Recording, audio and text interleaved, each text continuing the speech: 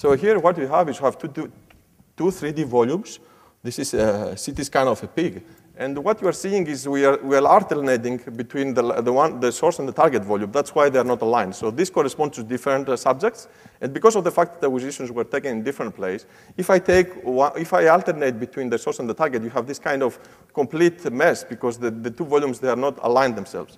So what I'm going to try to do now, I'm going to try to do the same thing, but I'm going to show you the results if I am able to apply this, I'm able to recover this transformation. You're going to be able to see that if I can estimate the right deformation field, this will be sufficient to create a volume which will be consistent between the two acquisitions. So I'm able to align them. That consists of saying I'm able to put together two different sources of information. And this can work for any type of modalities if we are able to define the right metric. And this is an example of processing. So this is a volume of 256 times 256 times 100. And actually, the demonstration that we just saw was running on my computer. And this is the results of the alignment. So at the end, the fact that we're not able to see any artifacts means that we're able to find the right transformation. And this can be extended not only to the same modality fusion, but at the multimodal fusion as well. I can go back.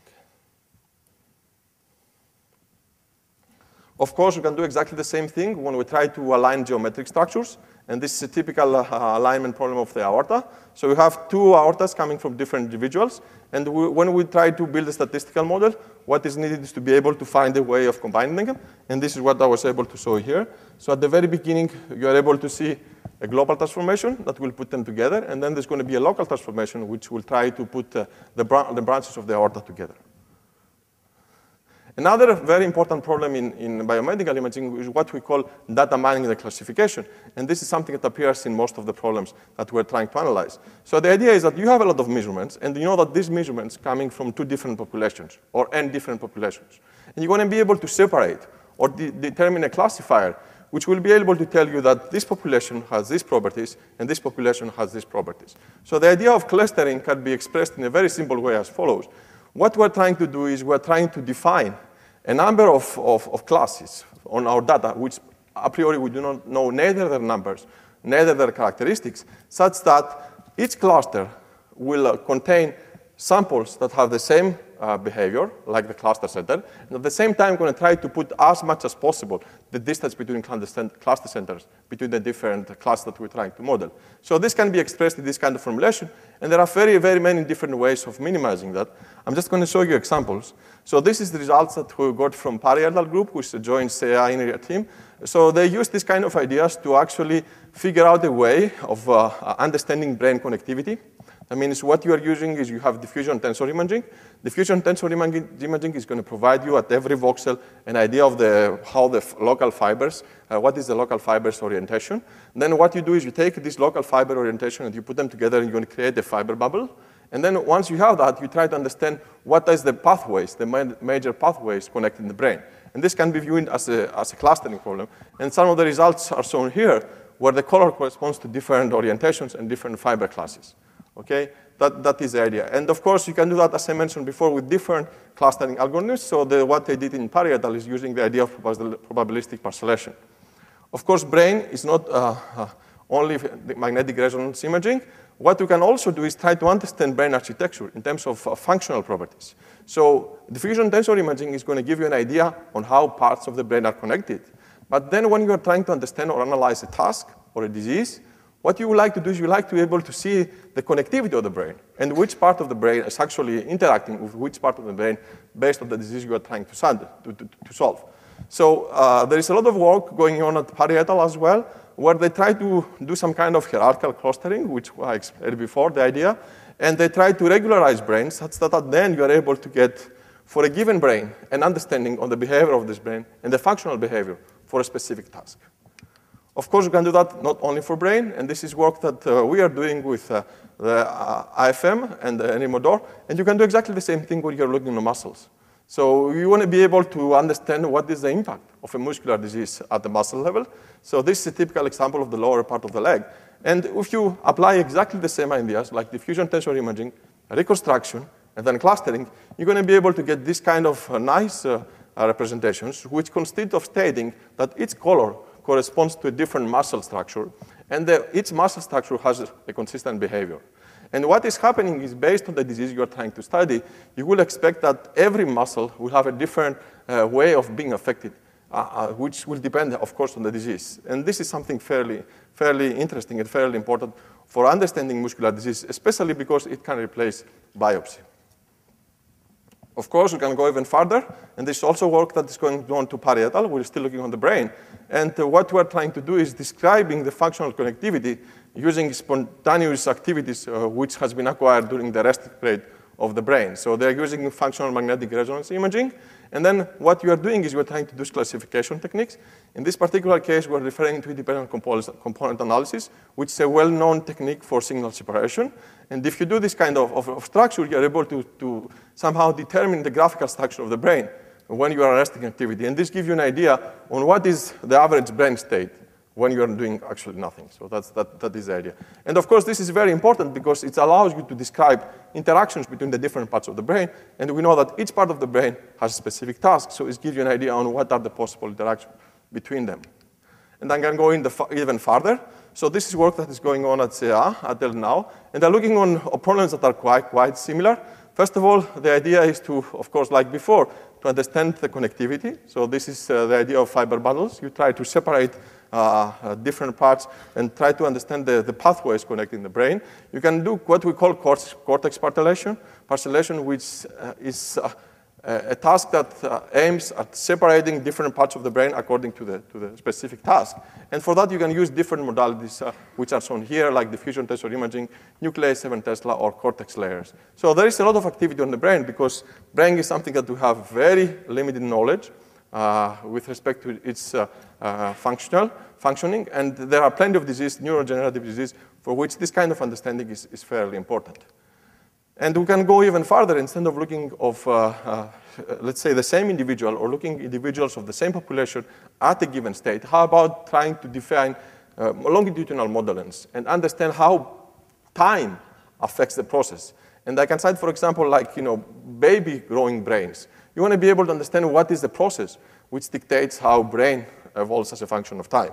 And this is work that is also going on at Neurospin, and this is the LNOW team. So they try to understand the idea of folding and unfolding of the brain by mapping it to a sphere. And if you are able to do that, you are able to establish time correlations as function or time correlations. And you can use these correlations to be able to understand exactly what is going on in this process of aging. And of course, as I said, imaging is one modality. I think one of the most important and the most critical areas of the future will be the integration of different things, not only imaging. And this is a very ambitious project that takes place at Neurospin. And the idea is to actually combine neuroimaging data with other type of information, which actually has nothing to do with imaging. So the idea is you're going to use genetic information, like, for example, SNPs, and then we're going to try to figure out what is the statistical correlation between genetic information and imaging. And this is going to be possible because you know that, for example, some parts of the gene affect, let's say, the volume of the cell. So you will expect that there's going to be some correlation between the genotype, which corresponds the size of the cell, with the size of the overall size of the brain. So this is a very challenging problem because what we're trying to do is we're trying to find connections or trying to establish correspondences in nonlinear manifolds corresponding to measurements that have nothing to do in common. So this is a major scientific challenge from mathematical point of view. But at the same time, I think it's going to give you an additional information, which might be very useful in understanding the impact of disease, especially for neurodegenerative ones.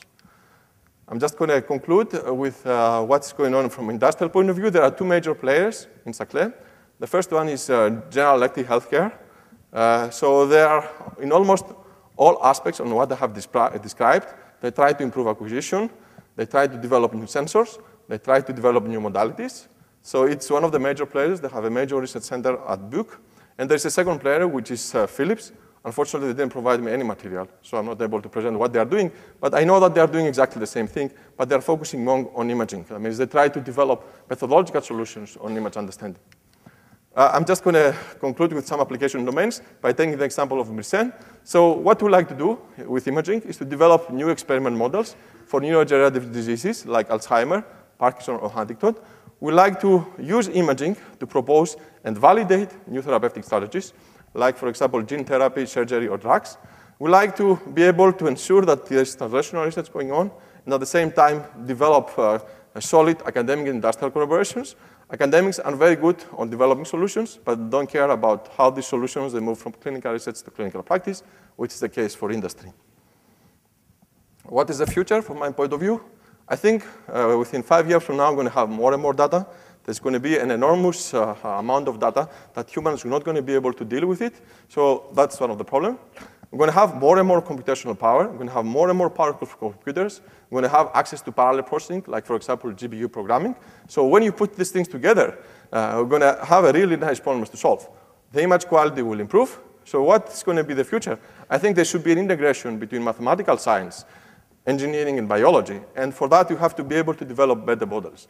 And the idea of working closely with physicians and biologists and be able to somehow convert or take their expertise and map it to our problem is going to be the answer to our solution. And of course, the ultimate goal of bioimaging perception in medicine and biology is actually to help physicians. We want to be able to detect diagnosis at an early stage as possible, and we would like to help them at the same time to assess different therapeutic strategies, to assess the impact of different drugs development strategies. And we like to actually, we're never going to be able to replace physicians, but I think that automatic processing is something that is definitely needed and will shape the future of bioengineering. Thank you for your attention.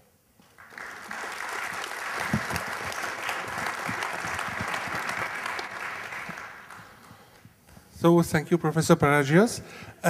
We have time for a couple of questions for each given organ and for each given imagery kind and for each given pathology, because I imagine the pathology can change the images you get. You have to develop a different algorithm? Or? I think that that's what we call the case of non-modularity. So I'm not sure that we have to develop a different algorithm. I think that the fundamental piece of the algorithm should be the same. What we have to change is, that means we have to develop algorithms which are able to be transported from one application to another. And if we want to do that, because this is necessarily, of course, there is the idea of, there's what we call the learning fundamentalists, which states that if I have enough data, I can learn everything. Just give me a lot of data, and then I can customize the problem. So I think the solution will be to find a compromise. It means you have to get the best out of what you can learn from the data that you have. But at the same time, you don't want to develop very, very specific solutions for very, very specific problems, because it's like investing a lot of effort, a lot of energy on problems that will not map to another setting. So you have to find a compromise on what is the amount of specificity that you introduce on your algorithm and what is the generality of the algorithm. So there is no way of answering this question, but the solution should be in between, at least according to my opinion. Okay, thank you. We have another question? Yeah, you said there is two big players, two big industrial players, GE and Philips. In your major players. There are plenty of players. Do you think that there is any room for new startups, or how to disturb this industrial area? So I have worked for Siemens for 5 years. So the market of Siemens or GE or Hitachi or Philips is actually the hardware. That means they live on the hardware. That means they're going to sell the quality of the image and the price. So when hospitals buy something, it's because how much they will cost them and what is the price. So the software is something that they used to sell before, but it was a side effect. Nobody cared about the quality of the software. That means it should have some basic functionalities, but what made the difference was the price. So I think what is happening now is we have reached a stage where there's some kind of convergence on the offer from the hardware side. And what is going to make the difference is actually what are the software tools that you're going to provide with the hardware. And there is an amazing thing in medical imaging. Everything is standardized. That means there's a standard format for all companies on the way that images are acquired. There's a standard file which explains what is the content of the image, what is the resolution. So if you are able, I'm not talking about the hardware side, but on the software side, to take a simple PC with your best possible solution, you're going to be able to plug it to any scanner, whether it's a software, whether it's a Philips, or it's a GE. So I think there is a lot of space on developing software solutions, which will be a complement on the hardware side. I think that if you want to make a huge impact, that is the place where I'm going to put a lot of money. So I think the hardware part is kind of locked, especially when you look on these general purpose modalities. There is place when you look at very specific modalities for very specific tasks, but for the general case, I think it's locked. So I will invest a lot of money and a lot of effort on trying to interpret the content and use it as an accessory or as an added value to the existing hardware solutions. Because there are too many hospitals which have actually scanners now, and they don't know what to do with the data. They just store them. The physicians look them from time to time. So the place where the future will be is investing money and energy on interpreting this data, and I think there is a lot of opportunities in this direction. Thank you. We have another question.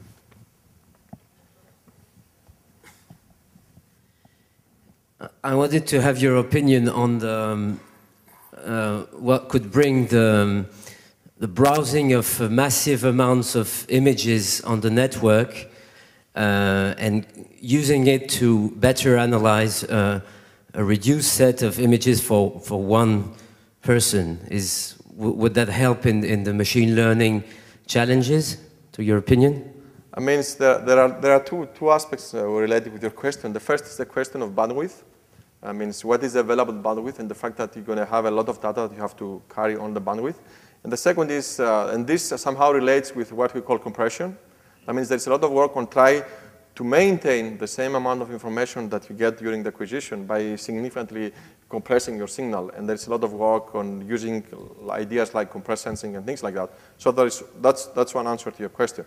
The second answer is the following, is there are a lot of restrictions on how you manipulate data in hospitals. I mean, you have to respect anonymity, you have to secure bandwidth. So all these things are quite, that means there are a lot of restrictions. So, and there is what we call the PAC system, which somehow is able to manipulate this kind of data. So I think that in the long run, there should be, because of the amount of data that we will keep getting more and more, at the long run we have to be able to develop intelligent solutions of communication. But I think that this is more on the compression side, because as I mentioned before, you have to be very careful on how you manipulate this data, rather than actually on the machine learning side. Because physicians do not like data that has been manipulated. They have to know that the quality you are presenting them is exactly the same that has been acquired. Because if you manipulate, if you change a little bit your data for using machine learning techniques, then they don't like that. They have to be able to see the original acquisition. So the future is on compression on one side and intelligent communications, but there is another talk on this direction from another speaker at some later point.